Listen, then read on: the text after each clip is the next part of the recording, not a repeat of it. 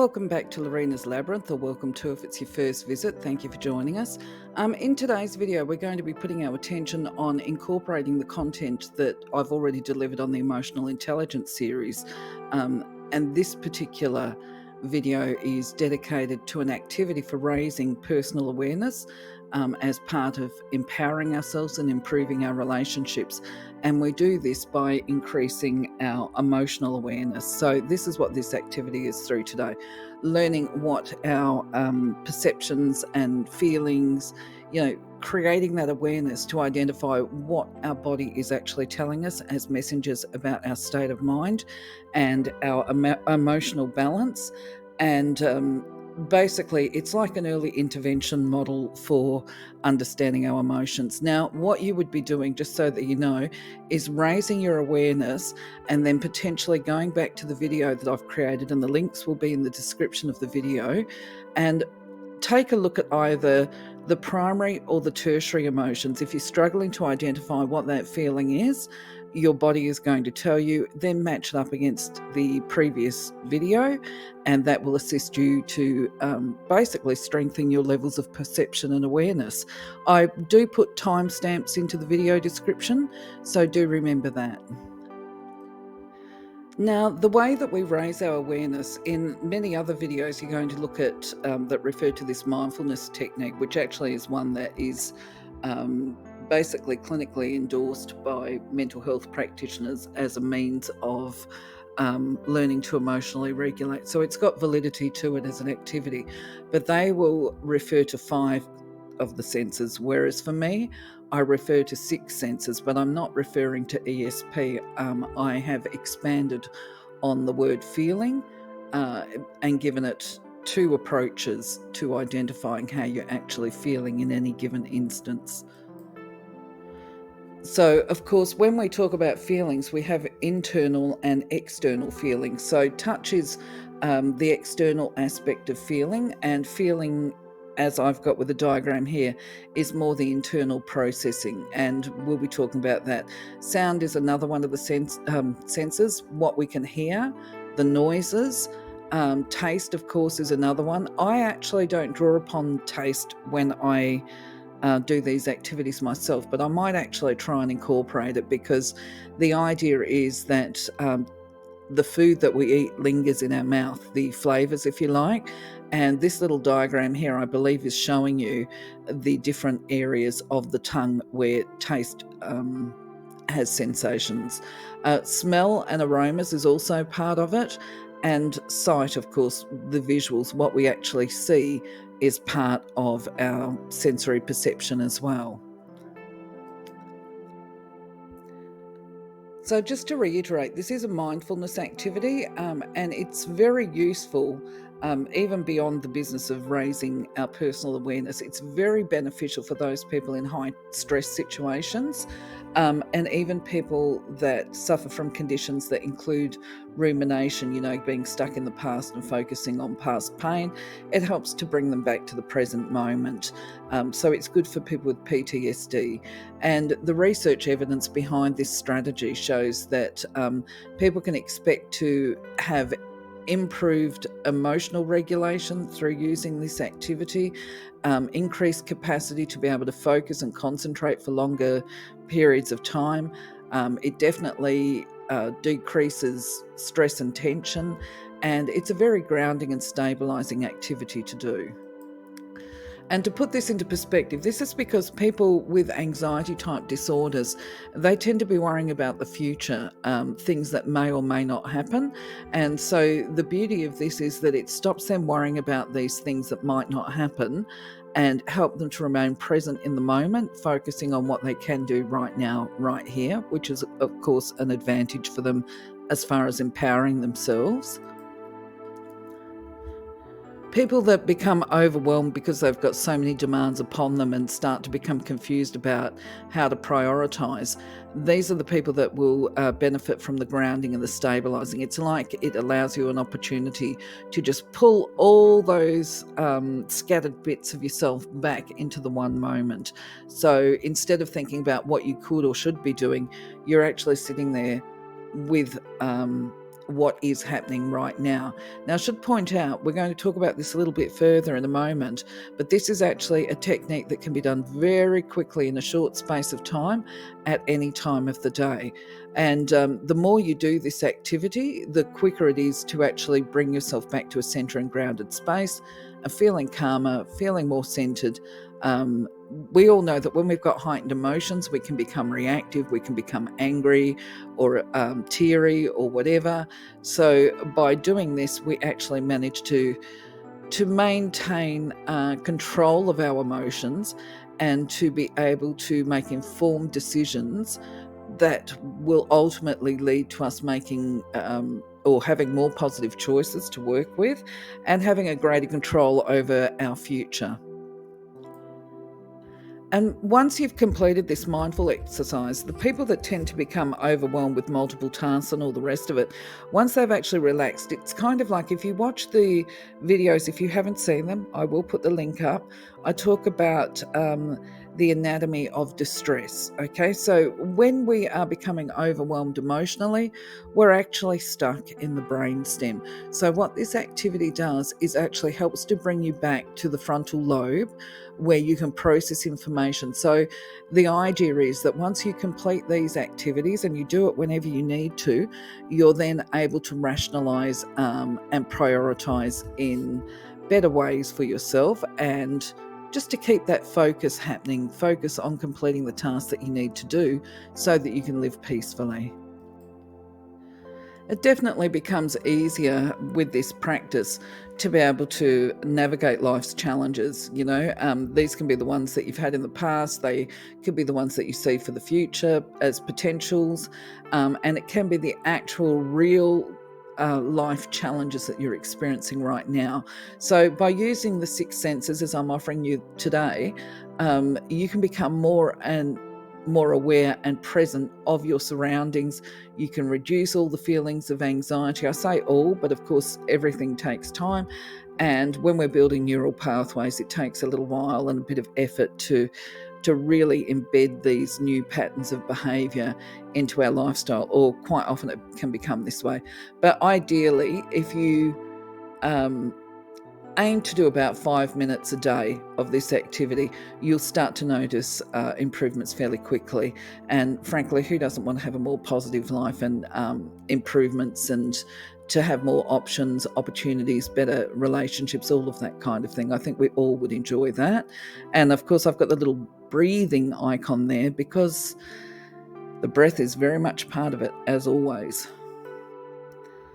Now, as I said before, you can do it 5 minutes a day and you can be creative. This is your activity and you get to choose how you do it. So there's a couple of ways that you can actually do it. It could, well, I'll go into that shortly. We'll talk about repetitions, but basically you could look to do 5 minutes throughout the day as you feel the need to. If you're dealing with really quite overwhelming feelings, you might want to set aside 15 minutes and dedicate that at least once a day. Opportunities for practicing mindfulness throughout the day with this sensory approach include at the beginning of the day in the morning, perhaps before you make your coffee or while you're having your coffee or your first morning cuppa or whatever. If you catch public transport, you can do it while you're on public transport. You can do it at work if you're having a 5-minute break. You can even, for the busy mums who've got demanding children, you can even do it while you're on the loo or in the bath. I think years ago, I remember one particular job when I was in busy days. I used to actually take pause when I was sitting in the car because I used to drive to work. So I would take a pause before I entered the workplace and just do 5 minutes. Currently, the way I like to do these kind of activities is by sitting outside in the garden and listening to the sounds of nature. But you can also do walking or eating mindfulness activities. And the other thing is you can do it as you go to sleep. And that's a good practice for those people who experience insomnia. If they do these mindfulness activities while they're lying in their bed, quite often they'll drift off to sleep quite easily. Now, I say that there's two ways that you can approach this because for me there are two ways, and I'll explain to you the benefits of both ways, okay? So in the first instance, if you're in a hurry and you've got limited time, what you would do is you actually take those breaths, that in through the nose. I'll put up the breathing video as well. In through the nose, hold it, exhale from the diaphragm, hold it. You do a couple of repetitions of the breath, and then you put your focus of attention on, let's say, feelings. The first thing that I start with touch. I'm looking at the screen here, but I start with touch. What can I feel, right? Now, what I can feel if I was, I'm doing conscious mindfulness now, shall we say, I'm talking to you.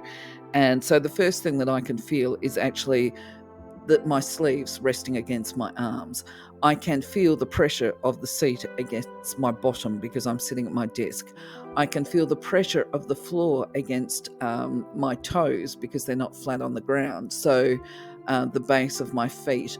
I can feel the pressure of the microphone as it sits in my hand because I'm touching it. I can feel pressure on my thumb because that's the way I'm holding the microphone. So these are all touch things. Now, if I was to talk about feelings, what do I feel? What I feel right now is I have some muscular tension in the back of my calves because, of course, my toes and feet are kind of like tippy toe. Where else I can feel some tension actually in my neck as I have this conversation with you. I can feel it kind of at the top of my shoulder and going into my neck. So it's just a little bit there and probably related to poor posture. So if we're talking about messengers and feelings being messengers, that's a clear reminder to me that I actually need to be paying attention to my posture. Same thing with as I can feel some muscle tension down in my upper back, and I need to be paying attention to that. So without going too far into it, the other things that you could look at or feel or pay attention to how you feel in certain instances is you're going to start feeling sensations in your body as you develop this ability. And that might be, oh, I feel butterflies in my stomach. What's that mean? Right? There actually is a meaning to that. Butterflies in the stomach, if it's down in the orange chakra area, actually refers to fear. If there is a heaviness around your belly button area, that's going to convey another message to you. I suggest that people become aware of the chakra system as well when looking at messengers.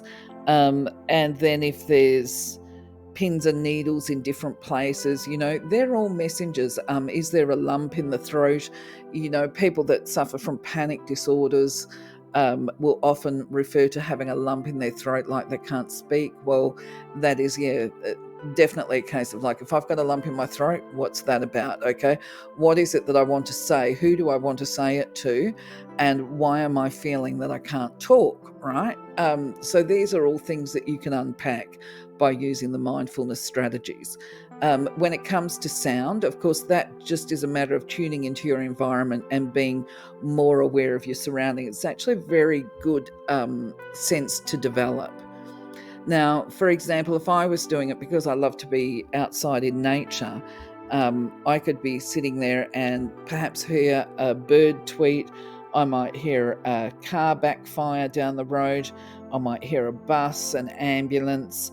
I might hear, right? And this is the other thing, initially when we start doing these activities, we're looking for really prominent sounds.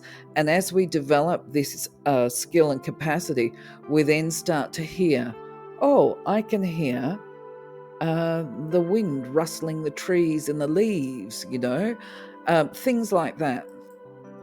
Now, obviously, there's going to be people that actually don't have some senses, and I'm aware that people that have contracted COVID or other health conditions, they actually lose some of the senses like smell, taste, and sound.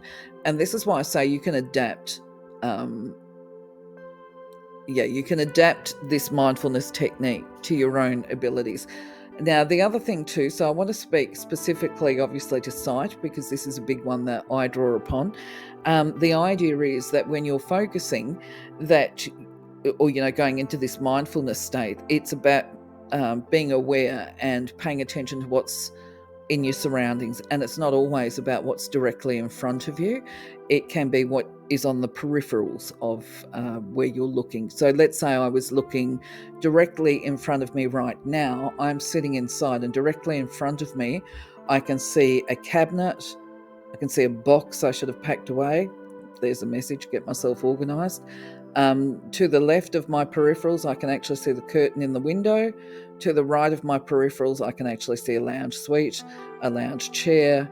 I can see, but I'm not sure if I'm actually seeing it or if it's my imagination, that there is a fireplace, a mantelpiece, because of the way my head is turning. Okay, so the idea is that you remain still. I should have mentioned that. You remain very still when you're doing this mindfulness technique, and you just pay attention to these senses, but you retain this stillness within you.